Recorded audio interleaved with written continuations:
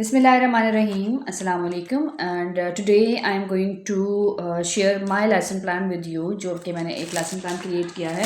It's about the emerging technology. Emerging technology के topic को मैं किस तरीके से जो है वो cover करने वाली हूँ. Like if I have the review of the chapter. कि एक चैप्टर मैंने कंप्लीट कर लिया हुआ है और उसके बाद उसकी एक्सरसाइज जो है वो कम्प्लीटली हो चुकी है एंड आफ्टर दैट हम किस तरीके से जो है वो उस चैप्टर का रिव्यू देंगे because it is really important to just tell the whole story of the chapter and the whole essence of the chapter with the students at least once. तो उसके लिए जो है वो एक लेसन प्लान जो है वो मैंने क्रिएट किया हुआ है और इसको मैंने प्रॉपर प्लान जो है आई हैव इट. तो I am going to share with it like the first thing is the introductory page जिस पे आप लोग मैंने कल भी बताया था आपको कि that we write the session planner number और प्लानिंग को कैसे हम लोगों ने डिस्क्राइब करना है किस तरीके से हमने चेकलिस्ट में लेके आ रहा है that is also the part of my video. So lesson objective में जैसे कि अभी मैं करने जा रही हूँ चैप्टर का रिव्यू तो I am just going to write down the things like this that the students will be able to elaborate the concepts of emerging technology. Elaboration इसलिए मैं बोल रही हूँ because they have the idea of the thing, they have done everything through practical, now they are able to do, now they are able to explain the thing. So that is why I'm just using the term elaboration. Elaboration जो है वो आपकी किस stage पे आती है, you have to check that thing. And after that skills, हमें skills के बारे में बहुत ज़्यादा confused रहते हैं. We always write the brainstorming. Brainstorming is an instinct, it's not a skill. Skill क्या चीज़ हो सकती है, जैसे कंप्यूटर के टीचर अगर बात करते हैं तो they can use the skill digital literacy and then अगर आप एक्सरसाइज को सॉल्व कर रहे हैं तो देन प्रॉब्लम सॉल्विंग की जो स्किल है वो आपके अंदर डेवलप हो सकती है, एनहांसमेंट उसकी हो सकती है. So these are the skills. और उनके बाद हम रिसोर्सेज की जब हम बात करते हैं तो which kind of resources we have in our classroom. Like हमारे पास मल्टी मीडिया है but every time we are not using it because sometime ये होता है कि we use the content from book तो हमें रिक्वायरमेंट नहीं होती तो don't write in if you are not using it. आप इस तरह से लिख सकते हैं जैसे I always write that multi media but multi media is a resource. It's media, not your presentation or any kind of data. Like if you are using the multimedia, for what purpose, किसके लिए use कर रहे हैं, you are you showing your presentations, किस पे बना रहे हैं आप पावर पॉइंट पे कर रहे हैं या आप अपनी जो है वो माइक्रोसॉफ्ट वर्ड या any other software you are using it right now. तो आपने वो सॉफ्टवेयर भी मेंशन करना है. मेरे मुताबिक ये चीज़ जो है वो बहुत ज़्यादा ज़रूरी है. If we are writing multimedia, for what purpose we are using it. ना पीपीटी है आपकी और आगे आप एक ब्रैकेट में लिख दें कि इफ़ अवेलेबल और रिक्वायर्ड. समटाइम ये होता है कि बहुत सारी ऐसी जगह होती है जहाँ पे फंक्शनिंग नहीं होती है या कोई मसला हो जाता है. तो इफ़ अवेलेबल और उसके बाद अल्टरनेट रिसोर्स क्या यूज़ कर रहे हैं आप लोग.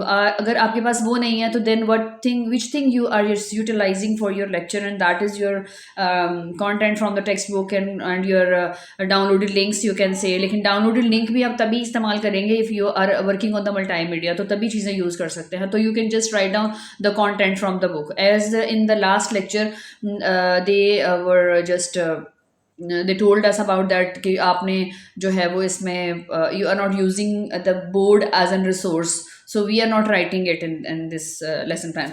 एंड आफ्टर दैट हमारा मेथोडोलॉजी स्टार्ट होता है. अब मेथोडोलॉजी क्या है, आपने किस टाइप की technique right now in this class you are using, आप किस टाइप की टेक्निक यूज़ कर रहे हैं. Like you are using the interactive methodologies.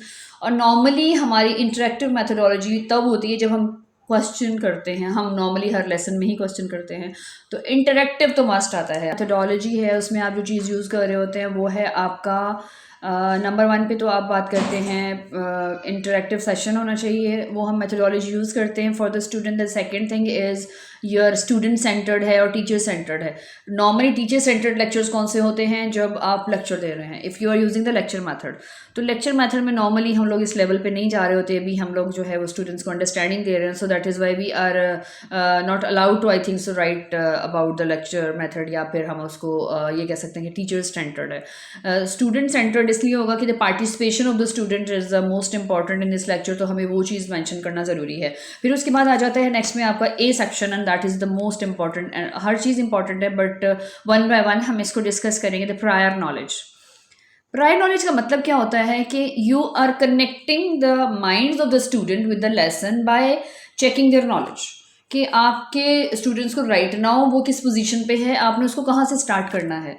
कि आप एक टॉपिक पढ़ा रहे हैं, like you are just teaching about the artificial intelligence, तो आर्टिफिशियल इंटेलिजेंस तक लाने के लिए which questions which statements you need to enter, ताकि आप उनको पता चले कि हम जो नेक्स्ट में टॉपिक करने जा रहे हैं it is related to these things.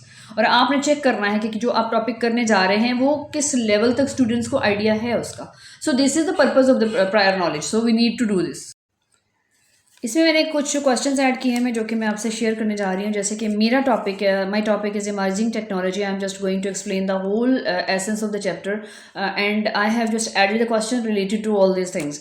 जैसे यहाँ पे है tell the names of some robotic applications, तो ये रिलेट करता है मेरी इमर्जिंग टेक्नोलॉजी से, तो मैं इस चीज़ को करूँगी review.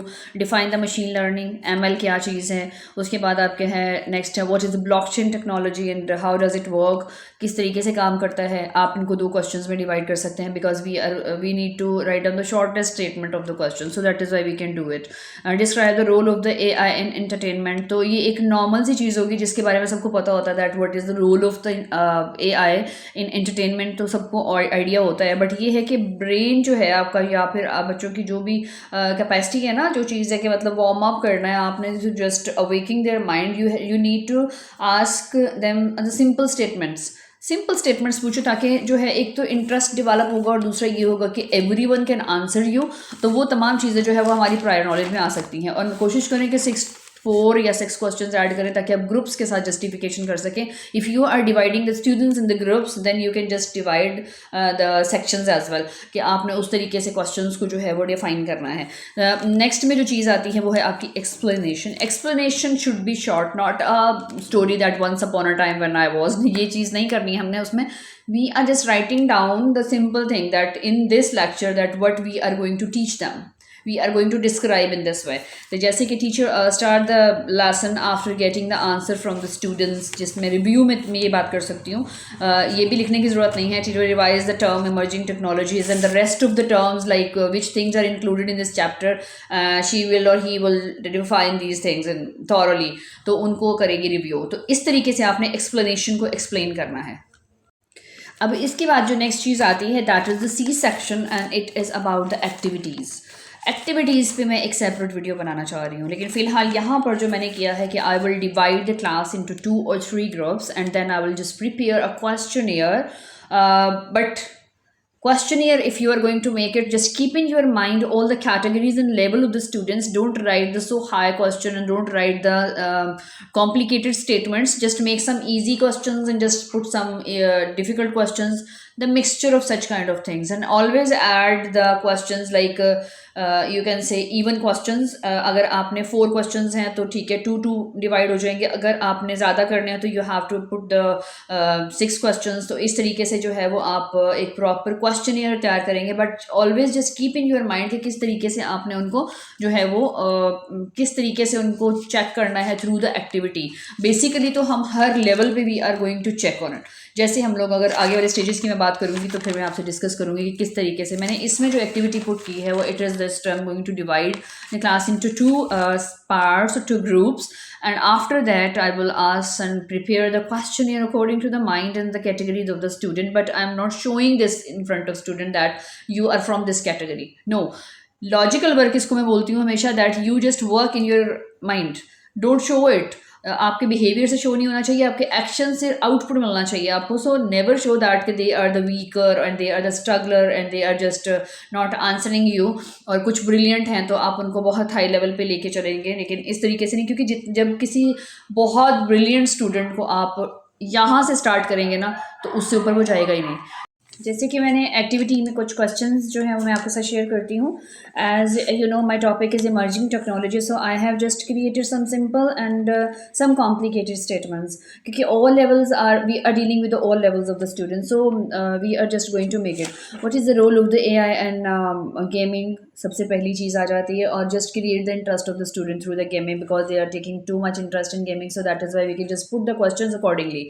And then how does AI work in data security, and after that they will definitely having idea about the security और किस तरीके से सिक्योरिटी कैमराज वर्क करते हैं, किस तरह से AI टूल्स जो हैं वो हमारे लिए हेल्पफुल हैं in the security. And after that define the role of AI in travel and transport, and they will just show and explain their own personal experiences with you through these questions, so it is really also the part of the activity। or after that the automotive industry, describe the automotive industry, and they will definitely know about, because you have already explained in your chapter, so that is why they will participate in. Or what are the distributed applications? So distributed application is the second topic of this chapter, so it is also the part of your questions, part of your chapter. You can say how do you describe the holographics? Holographics imaging आपको पता है, students को भी पता है, तो definitely they can just answer. What is the robotic industry? अब यहाँ पर दो चीज़ें आ जाती हैं कि differentiate between the robotic and robots. तो दोनों चीज़ें different हैं. Sometimes जो है वो mix up कर देते हैं. Robotic जो है is a term where you are using the working with the computers, and robots are the machines. So this is the difference between these two terms. So just keep in your mind or explain it again and again to clear the concept of the students. And the last question: how does AI generating benefits in agriculture industry? The many students will you will find related to the agriculture industry. So this kind of activities you can add. Thank you so very much.